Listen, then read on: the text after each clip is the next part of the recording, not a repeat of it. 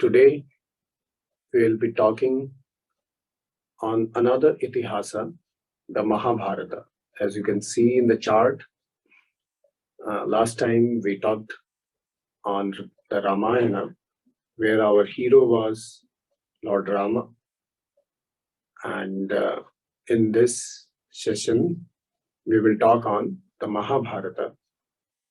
And here our hero is Lord Krishna, who was an avatar with 16 kalas. Last time we discussed what kalas are.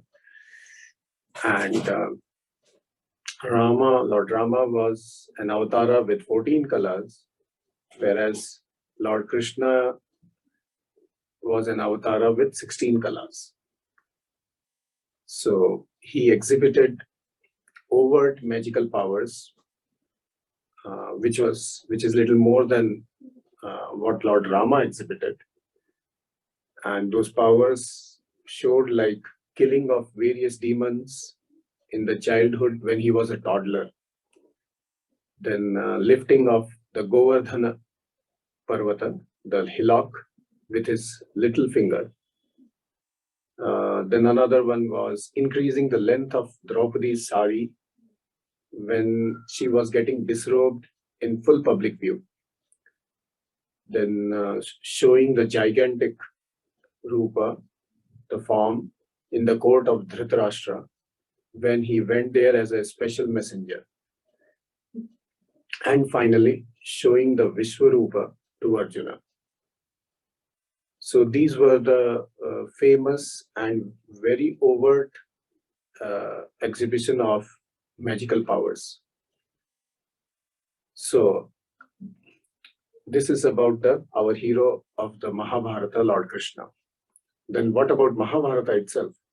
So Mahabharata was authored by Krishna Dvaipayana, who is also known as Vedavyasa. And our Vyasji, he was born to a fisherwoman, considered to be of a lower caste. Even the author of Ramayana, Maharshi Valmiki, was considered a person of lower caste. But both Maharshi Valmiki and Vedavyasji, both of them enjoy such a high position in the hearts of Hindus. Mahabharata has 100,000 verses, and it itself contains stories in the story within the story format, which are of deep significance and are very popular. The famous among those are the stories of Nala Damayanti, Savitri, and Shakuntala, and also a shortened version of Ramayana itself. I had mentioned in my last session that Ramayana predates Mahabharata.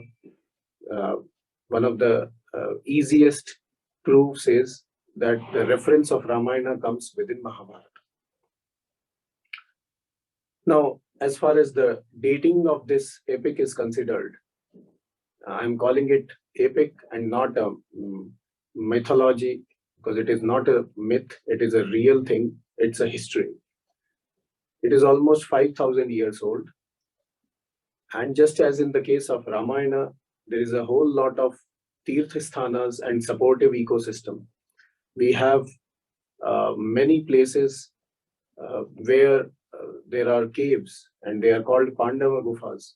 So wherever Pandavas moved during their 13 years of exile period, so those spots, and wherever they stayed, those spots are marked, and it is spread all over the India. And of course, there is this place in Kurukshetra where the battle took place. So that is also marked in the geography. And we have a place called in Haryana called Karnal. Now, Karnal was a place where Karna donated his Kundala and Kavacha. Kundala means kind of earrings, and Kavacha means the shield on the chest to Indra.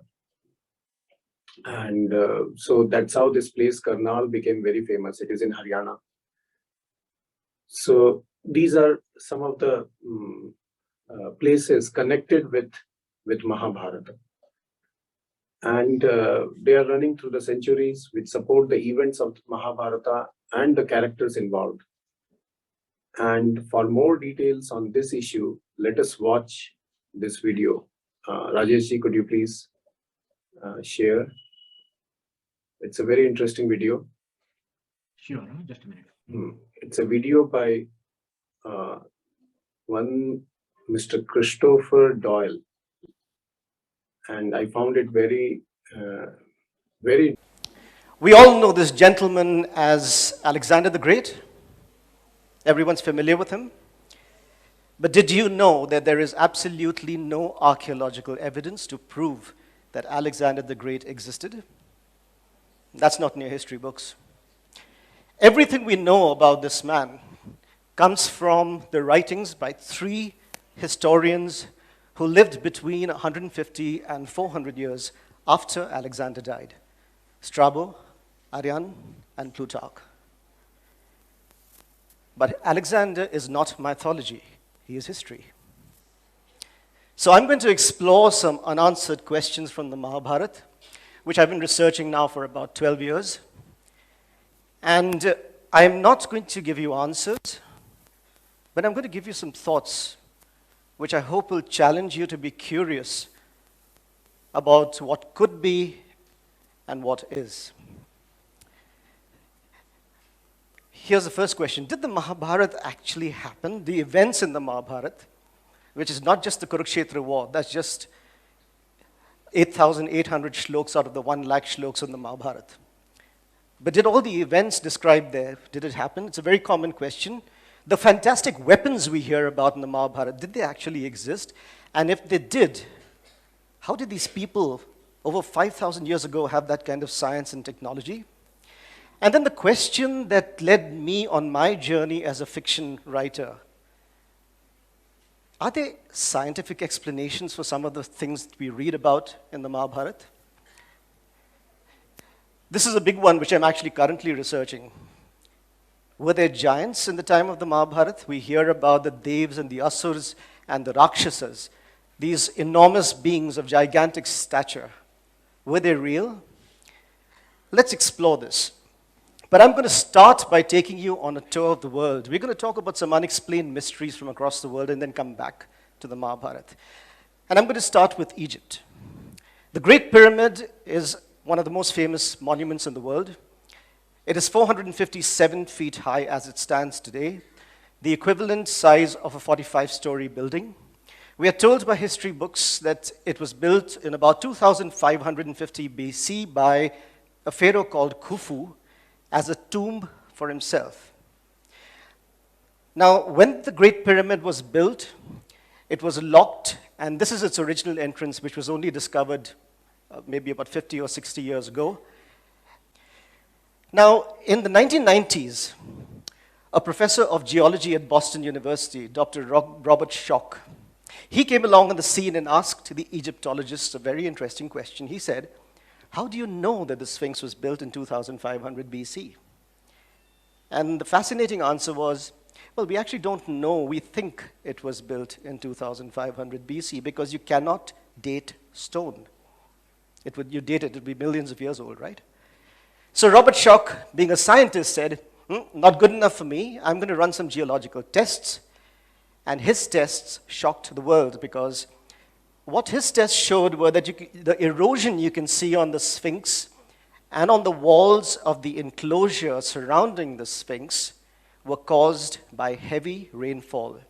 And we know for a fact it has not rained heavily in Egypt after about 5,000 or 6,000 BC, which means the Sphinx could not have been built in 2500 BC. It had to be older than 6,000 BC, probably even 8, 9, 10,000 BC, we don't know. But it is an old monument. And the question then is, who built it? We were all cavemen and cavewomen in those days, right? We were using stone tools. We didn't have the technology and the science to build a massive structure like this, yet somebody did. Let me take you now to Stonehenge in the United Kingdom. Now, I'd visited this as a tourist about 12 years ago, but only while I was researching for my last book did I actually spend 2 weeks researching this deeply on site. And I discovered something about this that blew my mind. 70-ton blocks of stone put upright, and 70-ton blocks of stones on top. The stones lying flat on top also are 70 tons. The first question is, in 2400 BC, which is the officially accepted date for this, how did they do it? How did they lift these stones 30 feet into the air and put them on top? And there's complex engineering involved here. This is called a mortise-tenon joint in carpentry, modern carpentry, but they obviously knew it. So each of the upright stone has these two projections called tenons. The mortise holes of stones on top fit onto them so it locks the stone in place. And if you look carefully, there's a tongue and groove joint like a jigsaw puzzle on the sides of the stones. So not only do you have to lift the stones, so one stone fits, that's great. The second stone has to fit the tenon, the mortise-tenon joint has to fit as well as the tongue and groove joint, and you're standing here putting it 30 feet in the air with possibly only ropes to help you achieve this. Now, some very interesting theories were advanced about 20 years ago when I started researching this. One of the pioneers in this is a gentleman called Graham Hancock. And he and other people of his ilk used a lot of science to create a theory saying that there was an ancient global civilization, had advanced science and technology, and was washed out by a global flood 12,000 years ago.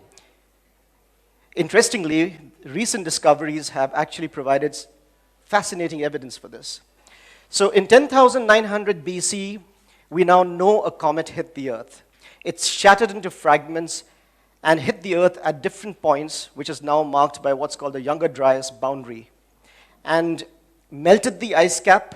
The ice age was anyway getting over. Sea levels rose, causing a global flood. Volcanoes erupted, ash filled the atmosphere.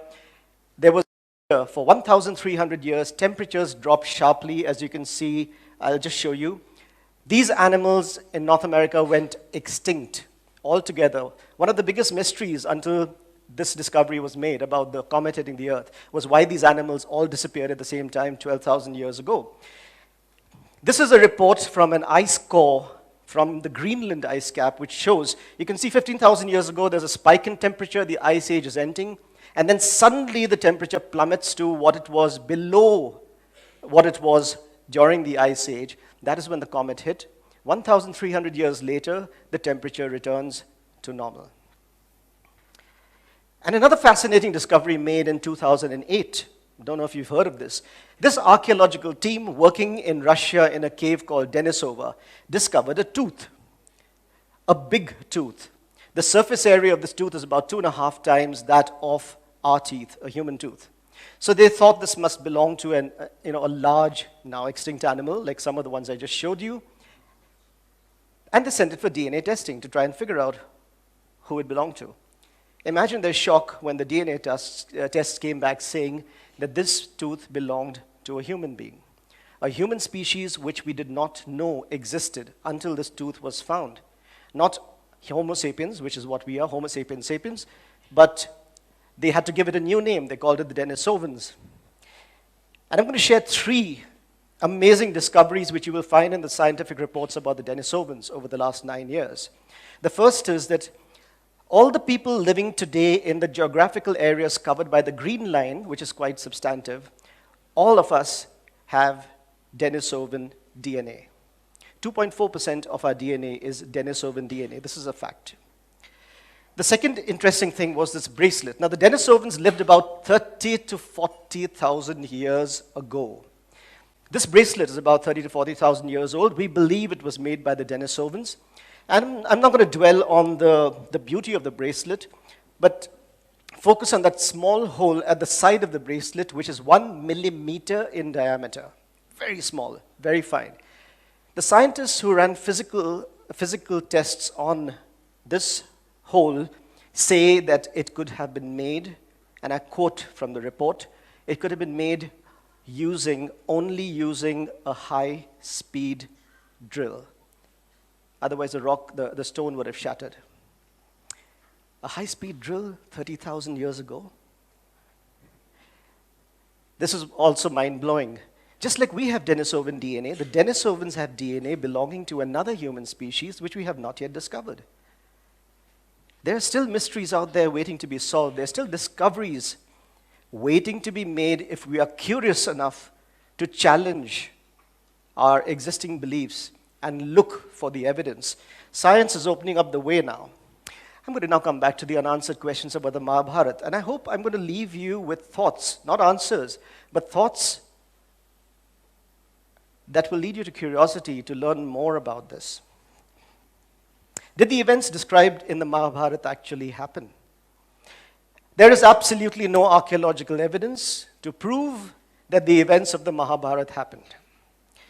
There is also no archaeological evidence to prove that Alexander the Great existed. Is it possible that the weapons described in the Mahabharata actually existed? Did they have the scientific knowledge to create those kind of weapons? Can there be a scientific basis for some of the things we've described in the Mahabharata? We can't say for sure. What we do know for sure is that 30 to 40,000 years ago, there were people who we didn't know about until now. There were people who had some kind of technology. We don't know what it was, but they did. We know that they had engineering techniques like this one and the one at Bryn Ketlithi to create complex buildings, some of which we cannot do today. We cannot build the Great Pyramid today if we wanted to. The Sushruta Samhita, written in 1000 BC, is a manual on brain surgery, and one of its techniques, called the flap technique of plastic surgery, is still in use today in the 21st century. A 3,000-year-old text. And I found this very interesting while researching this. The Sulba Sutras, written in the first millennium BC, first state what we now know as the Pythagoras theorem. They used geometry, and the square root of 2 is defined. So let me very quickly show you. In those days, in the Vedic age, you had altars. We didn't have temples, we had altars. This is one example. 4 levels, A, B, C, D. Each level had a different type of brick, hence A, B, C, D. 196 bricks. Could not have been made without the use of geometry. This is the Bodhyana Sulba Sutra's definition of the Pythagoras theorem. It is there. And the square root of 2 is pretty close to our modern value. Were they really giants in the Mahabharata? Well, the Denisovans must have been a pretty big people. I'm not saying they're the people in the Mahabharata, but it's interesting.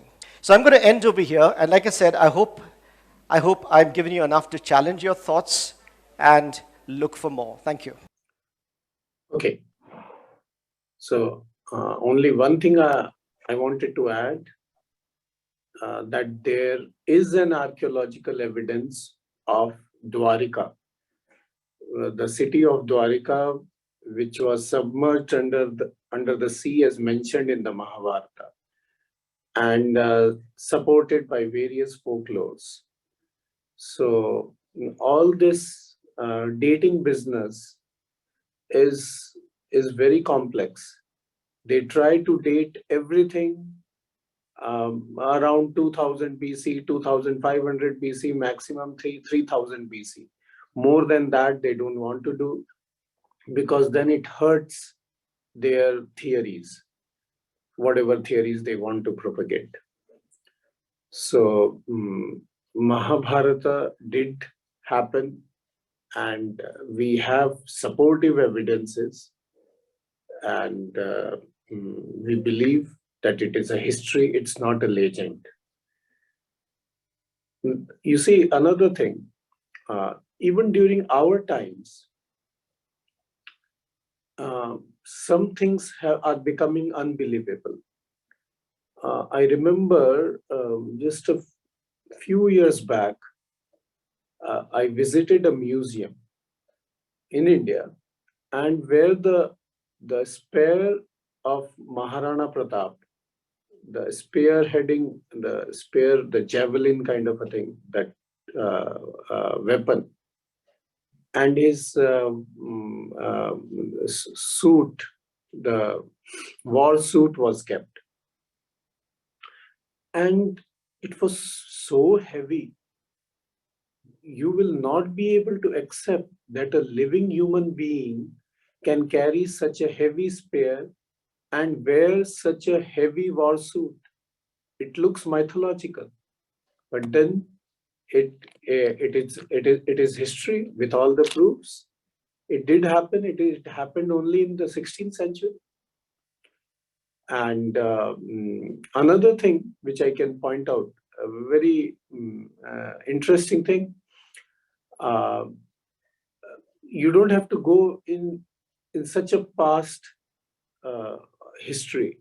Even during my lifetime, in the late 70s, I have seen the amount of heavy luggage people would carry in the trains, the trunks, the beddings, etc. Rajesh ji, do you remember uh, traveling in trains Yeah, it's a big, in big, India? big metal bags. Metal boxes. Yeah, yeah. That those were very common, and beddings, because there used to be wooden planks in the train in the sleeper class. Yeah, yeah. So I remember even as children we used to carry one big bedding and one small one, and then so many linen and clothing and all, especially if you are traveling during winters. And of course, one huge container of water, because these bottled water was not that it was not prevalent in India at that time. Only cold drinks were there, but not watered bottle. And now, when I see these trolley bags and all, even the coolies will not lift all those luggage. They will charge you 3 times, because they got used to this pushing the trolley bags, pulling or pushing the trolley bags with the wheels. So things have become so easy. Now, when I remember, how could we carry such heavy luggage in the train and with such ease? That time it was like a common thing. But now, when I see it, like 30, 40 years down the line, it is becoming unimaginable that, oh, we lived like that too. So that's how, when things, the time passes on, certain things become as if they never happened, they could not have happened. There's another point. You see, uh, when this denigrating the past is like attacking the archetypes in the collective consciousness of the community, as described by one of the leading psychologists, Carl Jung. See, all the communities have certain images, certain figures, and they are revered by those communities. And when you denigrate the whole past and you say it is all false, it is all superstition, it is all myth and all, then what actually you do is you denigrate the past of that community. And when you do that, it hurts at a very deeper level. Because, for example, Hanuman is an archetype for us. Uh, uh, uh, uh, um, uh, uh, a person in the form of a monkey with uh, gigantic powers, and who is revered by the whole community through centuries. And then you laugh at it and you say, oh, it is just a monkey god, it is just a monkey. How could a monkey lift a hillock and all? These are all stories, they don't have any meaning, etc., etc. Then what you do is, over the centuries, what the persons are revering and worshipping, you denigrate that. Once you denigrate that, it is like suddenly somebody comes to your house and starts abusing your father and grandfather. But they were all traitors, they were all cheats, they were all nonsense people and all. what, how it, even you may not have seen your great grandfather, okay? Many of us may not have seen our great grandfather. Up to grandfather, yes, I can understand. But great grandfather, possibly none of us, or hardly a few of us. And then somebody starts commenting on those people and saying that they were all cheats, they were all traitors, they were all idiots, they were all illiterates, etc., etc. Somewhere it hurts us, even though we don't have any proof whether they were literate or illiterate, or whatever that person is saying or is true or not. We don't have any proof, but they were there. So just by denigrating, it hurts our innermost core, that emotional core. And that hurt brings in a lot of problems. So there is no reason why I would allow anybody to denigrate my past and my ancestors. I won't allow them. And also, whatever they believed in, and if it is harmless, it is not causing any problem to anybody, why would I allow anybody to say something nonsense about that belief? Everybody is a believer. I have repeated this statement n number of times. Everybody is a believer. Even a non-believer is a believer. He or she believes that there is nothing to be believed in. That is the belief system. So everybody is a believer. Anyway, and I believe in this collective consciousness theory very much, because there are supportive theories. There is another supportive theory about elephants. I read about it a few years back. The elephants exhibit some strange behavior. One of those behavior is, if they smell a, a, a particular group of people, and they will become violent. Why? The studies showed that those group of people, 200, I mean, their ancestors, 200 or 300 years back, they used to attack the elephants, kill the elephants. So the particular tribe who would attack the elephants, they had a particular kind of smell. So smelling that, getting the smell of that tribe invokes that anger in the elephants. Why? Because the knowledge of that smell passed on from generation to generation of the elephants to protect themselves. So you see, can you see that collective consciousness thing coming down the line in a negative form, but it is coming. There is an archetype that, okay, this particular tribe, if you smell, be alert, be aggressive, be defensive. And that's how the group of elephants behave that way. So this was very surprising. This learning was surprising. And this correlates with the theory of collective consciousness in human beings. So certain things are passed on from one generation to another, to another, to another. And that is in the form of either memory or teaching, or a mix of memory and teaching, or it may be penetrating somewhere even in our DNAs. I don't know. But the effect is it continues through centuries, through generations. Now coming back to the Mahabharata offers such a wide canvas of human emotions and human activities. It is famously said that what is not there in Mahabharata does not exist in life. Okay, broadly speaking. So, although it is an overstatement, because mobile phones were not there in Mahabharata, but something similar technology was there. That's how they could communicate from one place to another. Sanjaya could see the things sitting somewhere else. It was a live telecast. And the famous Bhagavad Gita, which is part of the Mahabharata. These are the 700 shlokas in the Bhishma Parva, which are separately called the Bhagavad Gita.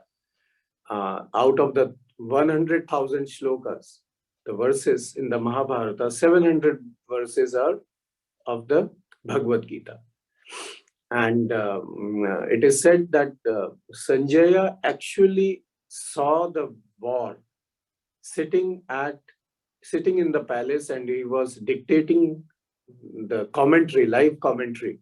It was not actually live. I will tell you how. To Dhritarashtra. It is said that Sanjaya recalled those events 10 days or 9 days later.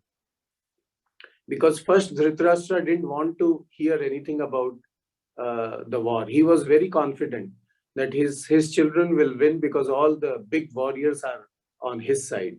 Bhishma Pitama, Dronacharya, Kripacharya, etc. So they are definitely going to win. But when he got the news of the death of Duryodhana, then he was shocked and he wanted to hear everything. So as a flashback, Sanjaya, no, not death of Duryodhana, I think death of Dronacharya first, whatever. So then he wanted to hear from Sanjaya that what actually happened, you please tell me. So on the 9th or 10th day, whatever, a few days later than the first day, Sanjaya started recalling the whole thing and described this to Dhritarashtra. So they had that whatever technology, and as I said, I wanted to show you that video just now which we saw, that there were technologies many thousand years back, not just 200 BC, 3000, 2000 BC and all, even 5000 BC, 10,000 BC. They had technologies which is unbelievable at the present moment that they could have had that. So, so even though it's an overstatement that what is not there in Mahabharata does not exist in life, but it does depict the vastness of the Mahabharata. There are enough number of positive and negative role models in this epic, giving enough options for a reader what to imitate and what not to imitate. You see, very interestingly, at one end of the spectrum, we have extremely negative characters in the Mahabharata, like the Duryodhana, the Dushasana, the Shakuni, Jarasandha, Jayadratha, etc.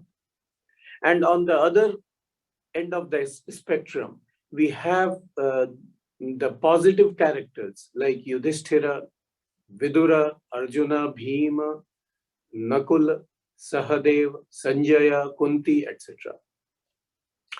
We then have a number of fence-sitters, characters who cannot be categorized as positive or negative. And they are Bhishma, Dronacharya, Kripacharya, Karna. They were inherently good people, but given away to wrong or false value system, leading to be on the side of negative characters. So this is the speciality of Mahabharata. In Ramayana, things are closer to black and white, whereas in Mahabharata, black and white definitely exist, but lot of gray also exists. We also have characters like the Dhritarashtra and Gandhari, who were good people, but who represent the present day parents, the parents of the Kali Yuga. They were like inherently blind, like the Dhritarashtra towards their children, or have acquired blindness like Gandhari.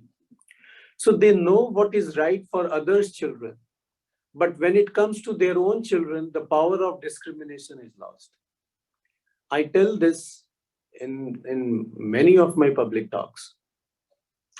When it comes to parents, parents are Dhritarashtra and Gandhari.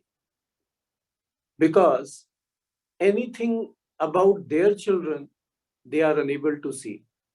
But when it comes to somebody else's children, they will easily, they can say what is right, what is wrong. They should have done this way and they should not have done this way, whatever. But if the same thing happens with their own children, it's so common in India. I'm sure something similar must be existing there also. Every parent says, my child got spoiled in the wrong company. I mean, so far in India, it is 100 out of 100.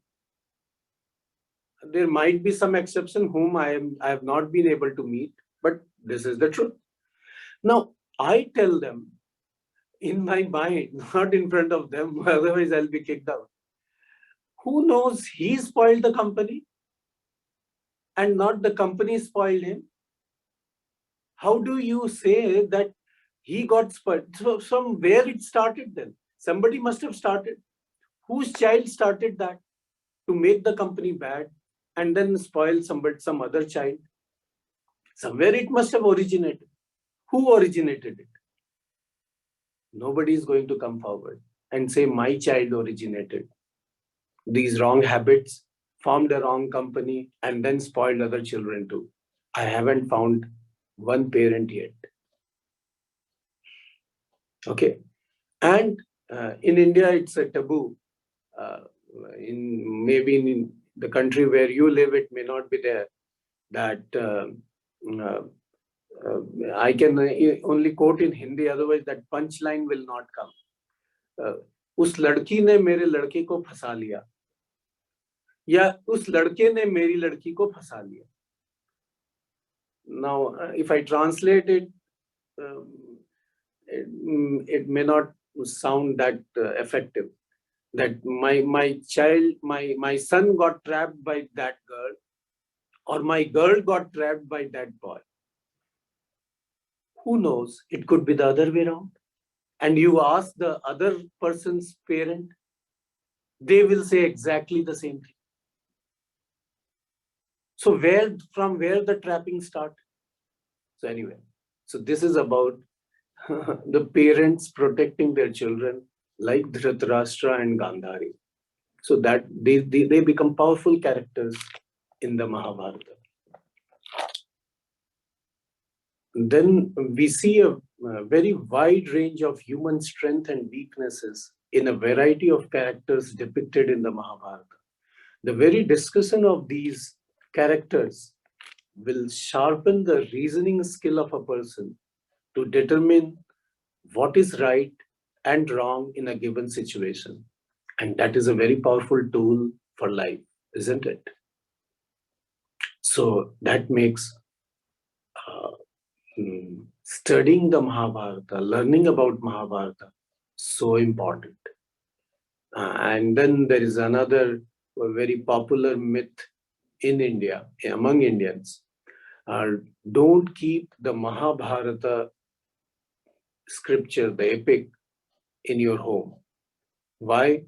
Because that will bring misfortune, and they will the family members will fight.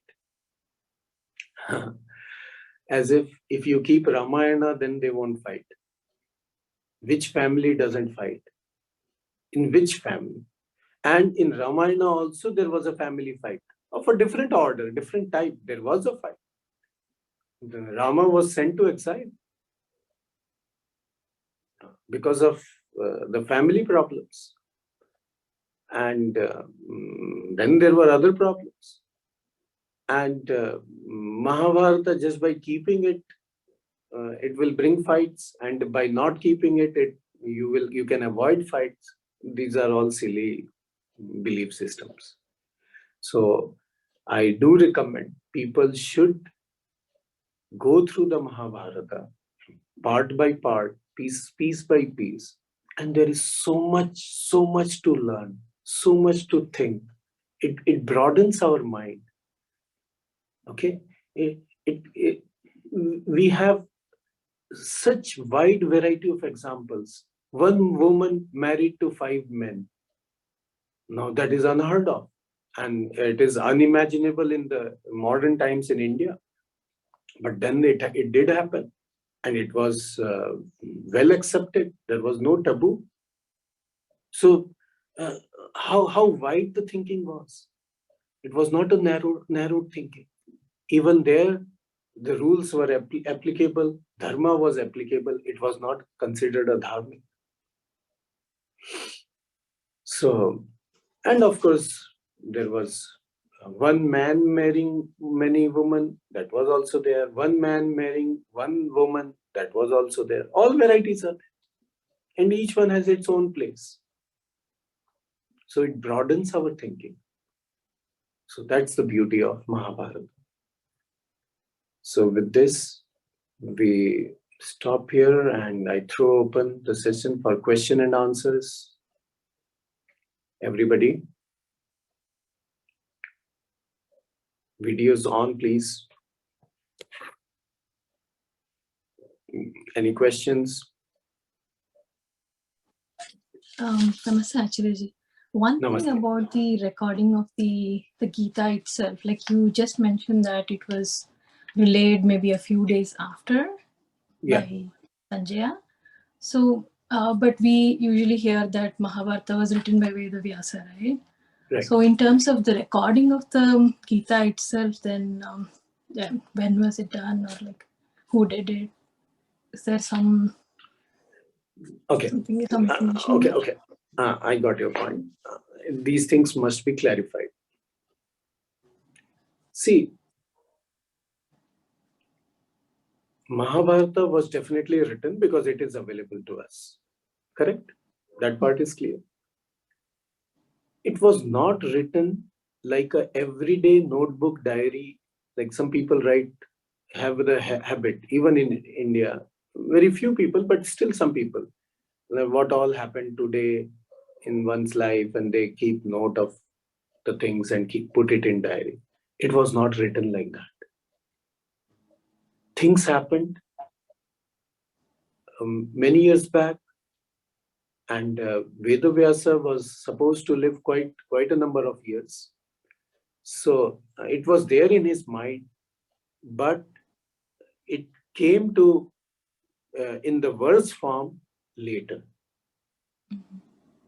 Okay, so it is like people writing biopic. Okay, creating biopic or biography, writing biography. So they don't write biography when they were born and then when they are growing up, not like that. Say after they have reached 60 years of age, then they will write the whole account of their life in their biography, or the biopic is created then, later on. Correct? So with Mahabharata, you can imagine it that way. Things happened and then they were put in record. Did I answer your question? But what about the Gita itself? So we should consider that as part of it, like it was written part of it, or like Yes, it is. Very much it is.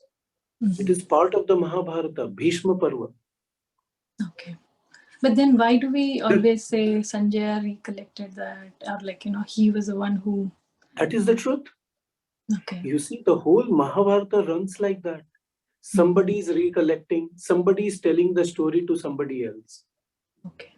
And are you a programmer, or did you do your programming even at early age? Sometime, little bit. There is something called nested loops. Right.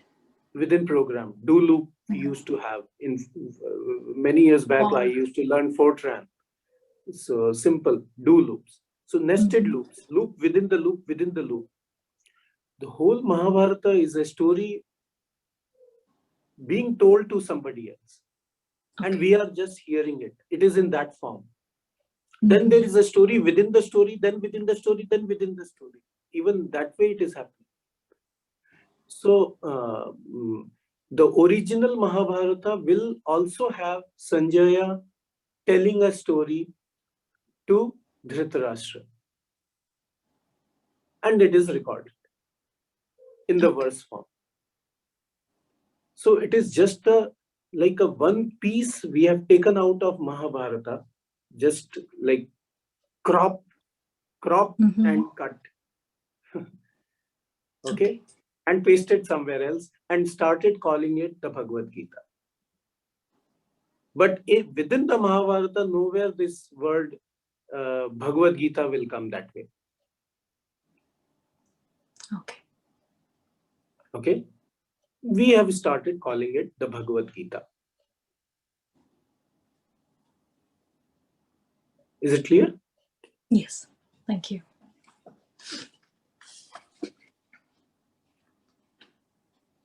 Any other question? Okay. If we don't have any further questions, we stop here. Om Purnamada Purnamidam Purnat Purnamudachyate Purnasya Purnamadaya Purnameva Vasishyate. Om Shanti Shanti Shanti. Harihi Om Shri Gurubhyo Namaha. Harihi Om. Thank you.